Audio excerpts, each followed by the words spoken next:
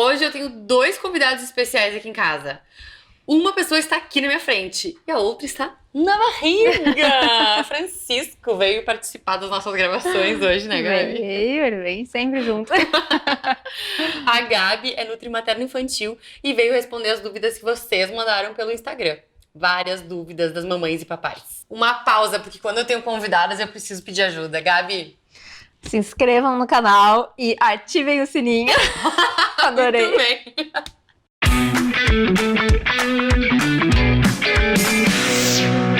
Qual a quantidade de proteína necessária por dia para uma criança de 5 anos? 5 anos. Então, a gente tem algumas recomendações que é por quilo de peso. Então, nessa faixa etária, em torno de 1,1 gramas por quilo de peso. Então, depende da criança, né? A gente tem que avaliar o estado nutricional dela. Mas, dificilmente a gente tem uma necessidade de ficar calculando exatamente a quantidade. Porque a criança ela tem uma autorregulação muito boa.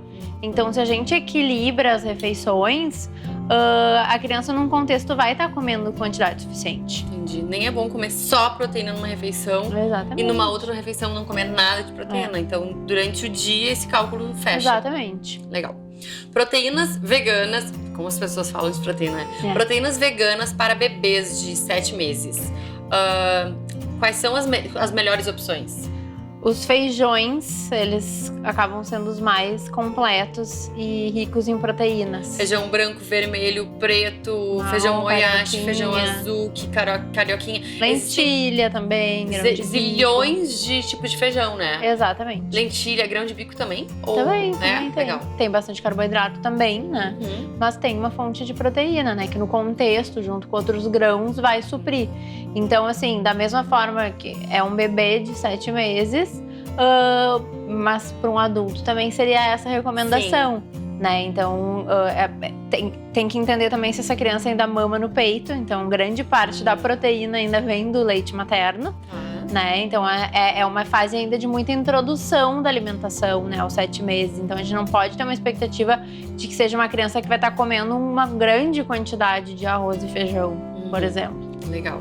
Lembrando que os casos são particulares e o melhor de tudo, se os pais sentem necessidade de pedir ajuda, é procurar um nutricionista. É fazer uma avaliação, claro, uma conversa, né, para entender, para tirar dúvidas. Eu acho que principalmente essa parte de vegetarianos e veganos, as mães, elas ficam, e os pais, né, eles ficam muito na dúvida se estão certos ou não, muita insegurança. Sim. E às vezes é uma conversa que já resolve tudo isso e por parte dos pediatras nem sempre tem esse conhecimento profundo, assim, dos alimentos. E às vezes saem das consultas ainda com dúvidas, né? Legal, pois é. Crianças que não tomam leite e não comem queijo, como suprir a necessidade de ingestão de cálcio? De cálcio, bom, um monte de gente tem essa dúvida, né? Acho que serve para os adultos também, né? Também, com certeza, mas é que o cálcio para criança tem essa questão, né, do crescimento dos ossos e tal, e de fato ele é importante. Então, assim, é importante a gente fazer uma avaliação de entender o que outras fontes essa criança poderia estar comendo de vegetais, né? Então, aveia, brócolis, enfim, que pode ter um pouco de cálcio. E em algum momento também pensar numa suplementação, né? Então, em alguns casos, sim, pode ser interessante pensar em suplementação. Mas e quais vegetais e ingredientes tu destaca? Brócolis, aveia, algumas castanhas também. Tá, legal. Basicamente, assim, tem algumas... É que pequena, quer dizer que é fonte, muitas vezes a gente acaba tendo que ter uma quantidade muito grande, né? Por exemplo, cogumelo, fonte de proteína. Sim. Na verdade, não é, né? Precisa de muito. Precisa de uma quantidade muito grande. Ele tem proteína, mas pra gente suprir um valor proteico de cogumelo, teria que ser um monte de cogumelo. Entendi. Muita gente querendo opções de lancheira. E aproveitando, teve uma pessoa que me falou sobre o inhame cozido batido com algum tipo de fruta. É o danoninho saudável. Ele é uma boa opção de lanche? Eu adoro, eu chamo de inhaminho, né? Inhaminho, que ele imita o famosinho. Eu já pensei, meu Deus, paladar infantil, eu não comeria inhame com fruta. De jeito nenhum. A Gabi falou que é bom. Mas ele é bom. Não mostrem esse vídeo pras crianças. Ele é um tubérculo, né? Um inhame neutro, super né? rico, ele é neutro. E ele, quando liquidificado com o morango, ele fica docinho e ajuda a dar mais energia pra fruta morango. É um carbo. Né? É um carboidrato. Complexo, tem fibra. Muita fibra. Então é super interessante esse lanche, principalmente naquela fase que a criança, ela só as frutas já não é tão suficiente, mas a gente ainda também não quer estar introduzindo pão, bolacha, biscoito, né? Então, tubérculos. Pegar esse gancho de repente, ao invés de oferecer iogurte natural ou iogurte adoçado que compra pronto no supermercado, bater o iogurte com morango ou com fruta. Exatamente. Também é uma opção, né? Também, super. Legal. Crianças que comiam de tudo e de repente passaram a recusar legumes e algumas frutas. Tá, vamos ter aquela questão, né? A gente tem que tentar entender qual é esse contexto, né? Se a gente entende o desenvolvimento das crianças, as fases, existe uma fase que é os 2 anos, né? Na qual a criança... Crise do relacionamento. Exatamente. Tipo assim, que ela, no primeiro ano, ela cresceu 26 centímetros, 30 centímetros num ano, por exemplo. Ela saiu de um bebê do peito que consegue caminhar, né, em um ano, em média isso, um ganho de peso de 6, 7 quilos num ano. Só que no segundo ano, se ela seguisse nessa proporção, a gente seria gigante, né? Então, assim, diminui a velocidade. Da mãe e do pai estão carregando um kettlebell, né? Exatamente. Então, assim, diminui a velocidade de crescimento, de desenvolvimento, e a criança passa a ter um pensamento um pouco mais lógico. Então, ela começa a demonstrar mais a opinião dela, né? Então, a gente entendendo isso, a gente consegue também entender um pouco melhor o que ela está manifestando ali. Então, em primeiro lugar, pode ser natural que ela coma menos, né?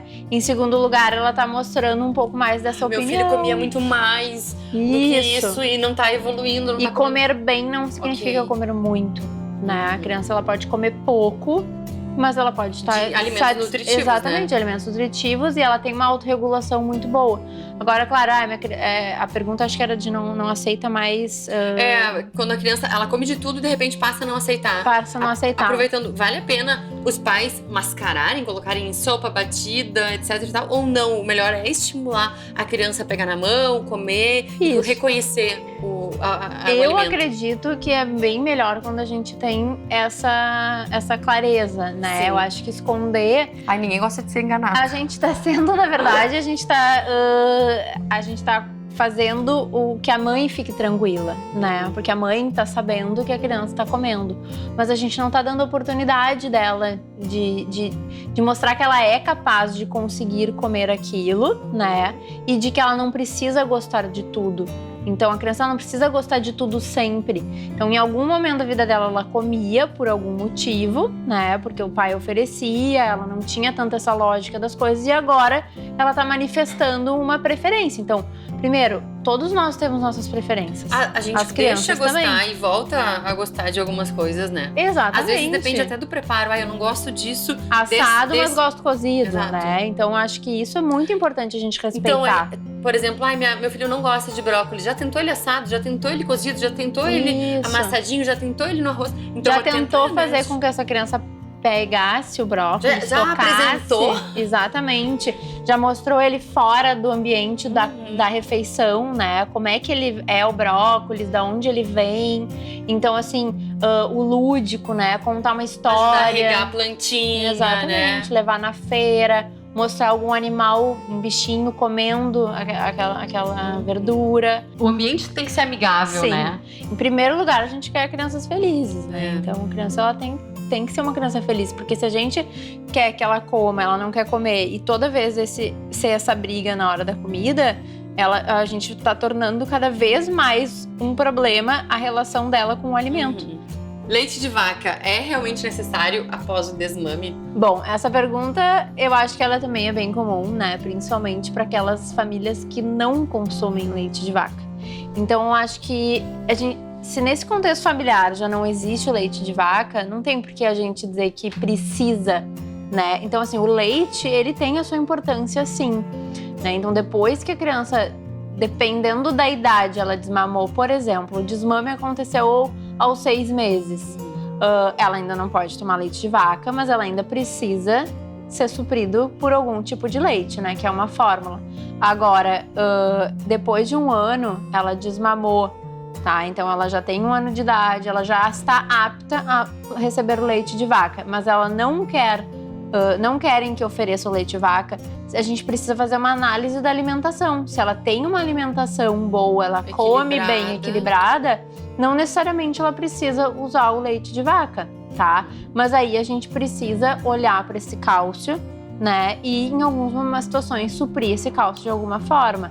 Às vezes é o uso de alguns suplementos. Gabi, adorei o nosso bate-papo. Ah, eu também, Mari. Foi muito bom, né? Acho que a Muito. gente respondeu perguntas de várias mães e pais desesperados. Lembrando que os pais não estão aqui só para ajudar, eles participam mesmo. Sim. Então é dúvida de ambos. E tem muito mais para responder, Tem, né, né? Mari? A gente poderia falar de muitos assuntos. Introdução à alimentação complementar, então é um que, nossa senhora. Temos que fazer uma segunda sessão. Eu tenho que voltar. Tu vem? Eu venho. Então tá, obrigada, eu adorei. Eu também. Assistam o vídeo e comentem. A gente vai adorar ver os comentários de vocês.